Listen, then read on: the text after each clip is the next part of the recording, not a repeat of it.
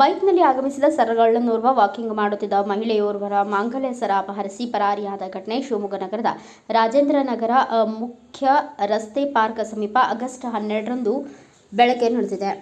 ರಾಜೇಂದ್ರ ನಗರದ ನಿವಾಸಿ ವಿವಿ ವಂಜಾಕ್ಷಿ ಮಾಂಗಲ್ಯ ಸರ ಕಳೆದುಕೊಂಡು ಮಹಿಳೆ ಎಂದು ಗುರುತಿಸಲಾಗಿದೆ. ಕಳುವಾದ ಮಾಂಗಲ್ಯ ಸರದ ಮೌಲ್ಯ 42 ಗ್ರಾಂ ತೂಕದಾಗಿದ್ದು 2.30 ಲಕ್ಷ ರೂಪಾಯಿ ಮೌಲ್ಯದೆಂದು ಅಂದಾಜಿಸಲಾಗಿದೆ. ವಿವಿ ವಂಜಾಕ್ಷಿ ಅವರು ತಮ್ಮ ಸ್ನೇಹಿತರೊಂದಿಗೆ ವಾಕಿಂಗ್ ಮಾಡುತ್ತಿದ್ದಾರೆ.